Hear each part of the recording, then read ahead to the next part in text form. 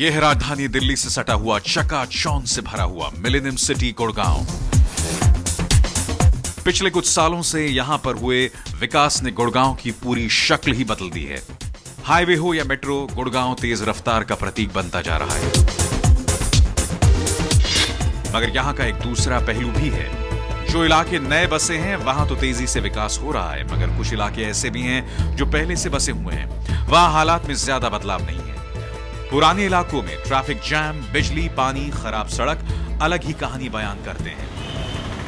मौजूदा विधायक सुखबीर कटारिया चुनाव में निर्दलीय के तौर पर जीते थे, मगर जीतने के बाद कांग्रेस में शामिल हो गए। सुखबीर कटारिया जीतने के बाद मंत्री भी बन गए, लेकिन इस बार गुड़गांव विधानसभा सीट पर बीजेपी और कांग्रेस दोनों एक दूसरे को कड़ी चुनौती देने के मूड में हैं। वहीं इंडियन नेशनल लोकदल के नेता भी अपनी जीत का पुरजोर दावा करते नजर आ रहे हैं।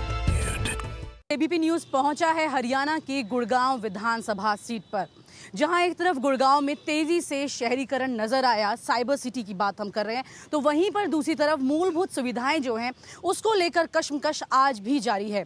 नुक्कड़ बहस में आज बातचीत करने के लिए हमारे साथ यहां पर गुड़गांव की 4 पार्टी के नेता हैं, जिसमें कांग्रेस से प्रदीप जेलदार जो कि कांग्रेस के चुनाव अभियान के सदस्य हैं, हरियाणा बीजेपी के अध्यक्ष प्रवक्ता जो हैं जवाहर यादव, उसके बाद हरियाणा जनहित कांग्रेस के गुड़गांव विधानसभा के अध्यक्ष बाली पंडित और इंडियन नेशनल लोकदल से गोपी चंद गहलोत जो कि यहां से उम्मीदवार भी हैं। बातचीत शुरू करते हैं। ये बताइए कि यहां पर खास तौर से अगर बात की जाए मूलभूत सुविधाओं की, तो कांग्रेस ने क्या किया मूलभूत सुविधाओं को लेकर? अनीता जी, मूलभूत सुविधा आपके सामने है। पूरा जितनी तरक्की हरियाणा के अंदर 10 वर्षों के अंदर हरियाणा की हुई, माननीय मुख्यमंत्री भूपेंद्र हुड्डा जी, इन्होंने कहा कि तरक्की हुई, तो ये तरक्की जो है मूलभूत सुविधाओं को लेकर, सड़क, पानी, बिजली, ये सब चीजें हैं ठीक?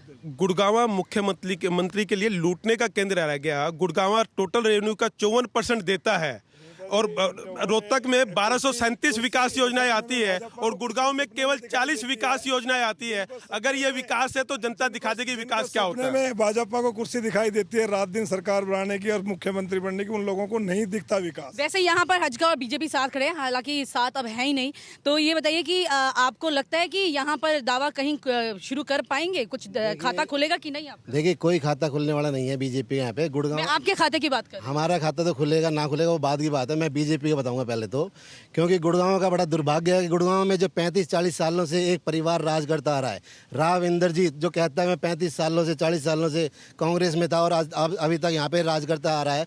और जो गुड़गांव में मूलभूत सुविधाएं तक, पानी तक उपलब्ध नहीं है, पानी की बहुत ज्यादा, बिजली की बहुत बड़ी समस्या, बहुत सारी। जो पहले अगर आप 10 वर्ष से पहले का इतिहास उठा के देखे विनीता जी, हालात इतने बदतर से बदतर थे। यहाँ पे कोई व्यक्ति यहाँ इन्वेस्टमेंट करने लिए नहीं आता था। आज पूरे वर्ल्ड के अंदर गुड़गांव का नाम रोशन जितना 10 साल पहले 10 साल में अगर 10 साल में ये हुआ, तो 10 साल में मूलभूत सुविधाएं क्यों नहीं ठीक हुई? सुविधा भी हमारे यहाँ ठीक है। वो बहुत सारे लोग भ्रमित प्रचार कर रहे हैं। पानी की सुविधा है, जो बेसिक जो चीजें हैं वही नहीं सुधर पाई हैं। बहुत सारी बेसिक चीजें जो आपने पानी की बात की, रोड की बात की, बहुत सारा इंफ्रास्ट्रक्चर आज पहले से निस्बत 10 वर्षों से जो 10 वर्षों के अंदर हुआ, पहले कभी नहीं हुआ। प्रदीप जेलदार जी अपनी ड्यूटी ठीक निभा रहे हैं।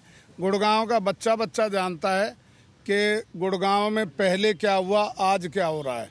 बेसिक सुविधाओं की, मूलभूत सुविधाओं की बात अगर हम गुड़गांव में करें, बिजली, पानी, सड़क, सीवर, शिक्षा, चिकित्सा, तो इनेलो ने अपनी तरफ से कुछ मजबूती करने के लिए, अपने आप को यहाँ एग्जिस्ट करने के लिए कुछ कोशिश की है इस दौरान? हमने 2000 से 2005 तक गुड़गांव में जो कार्य किए वो गुड़गांव का हर नागरिक जानता है। बीजेपी का मूल मुद्दा है कि तीनों की तीनों पार्टियां एक परिवारवाद की प्रतीक है। भारतीय जनता पार्टी ने तय किया है कांग्रेस का कुशासन, इनेलो की पुण्यवादी सामंतवादी व्यवस्था और हजका का परिवारवाद, इससे हरियाणा की जनता को मुक्ति दिलाना। परिवारवाद और इन सब चीजों, ये सारी चीजें वो कह रहे हैं। एक बात बताइए आप मुझे, मैं आपसे एक सवाल करना चाहती हूँ कि जो मुनाफा गुड़गांव को हो रहा है, सबसे ज्यादा मुनाफा इस वक्त गुड़गांव हरियाणा में दे रहा है 54%, जैसे बता भी रहे हैं, तो ऐसे में वो मुनाफा कहाँ जा रहा है जब बेसिक चीजें नहीं सुधर पाई? सरकारें आगे चलेगी गठजोड़ के अंदर, ये वो गठजोड़ रहा जैसे आज भाजपा ने नहीं, वो मुनाफा कहाँ जा रहा है? वो मुनाफा मैं मुनाफा बताना चाह रहा हूँ, उसी के लिए बता रहा हूँ। 10 वर्ष में, एक मिनट गोपी चंद जी, पूरा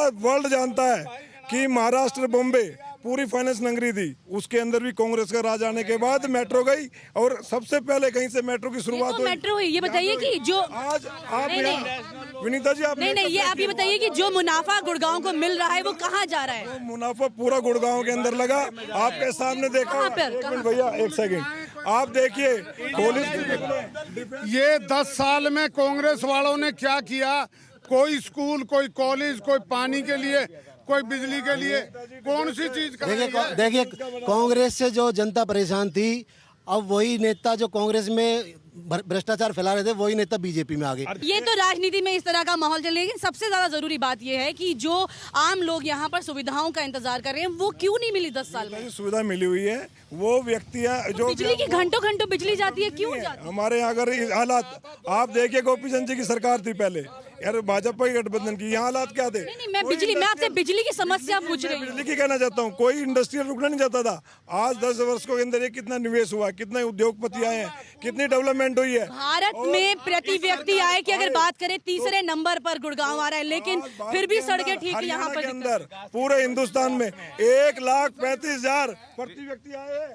मैं प्रदीप भाई से पूछना चाहता हूँ, शोर मचाने से काम नहीं चलता, निवेश बताएं। महिलाओं के ऊपर इस प्रदेश में जो मुख्यमंत्री कहते हैं कि हरियाणा नंबर 1 है, 77% बलात्कार के मामले में अगर कहीं वृद्धि हुई है तो वो केवल हरियाणा है।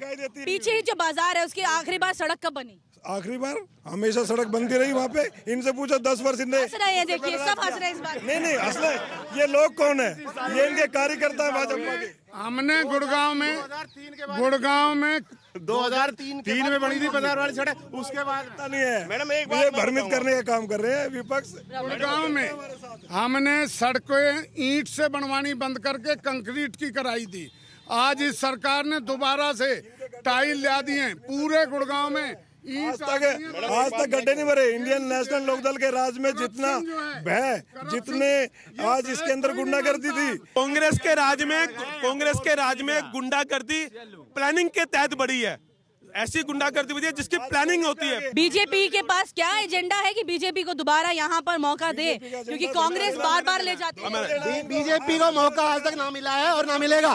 पहली बार 8 में से 7 लोकसभा जीते हैं, 90 में से 60 विधानसभा जीतेंगे, और इसी के कारण है कि सब लोग आज बीजेपी में आना गुड़गांव में बीजेपी आ पाएगी लोकसभा चुनाव? निश्चित रूप से 1.25 लाख से लोकसभा में जीते हम, 1.25 लाख वोट से। हजका के दम पे जीते, हजका के दम पे जीते, हजका के दम पे जिंदाबाद। यहाँ पर एक अच्छी खासी चर्चा के बीच में बीजेपी और हजका अपनी लड़ाई यहाँ पर भी नजर आ रही है गुड़गांव में। और उसके अलावा ये कहा जा सकता है कि यहाँ की मूलभूत सुविधाएं जो है वो अभी तक पूरी नहीं हुई है और वो मुद्दे में भी ज्यादा नजर नहीं आ रही हैं। तो आज की नुक्कड़ बहस गुड़गांव से यहीं पर पूरी होती है। कैमरामैन कपिल मिश्रा के साथ विनीता यादव, एबीपी न्यूज, गुड़गांव, हरियाणा।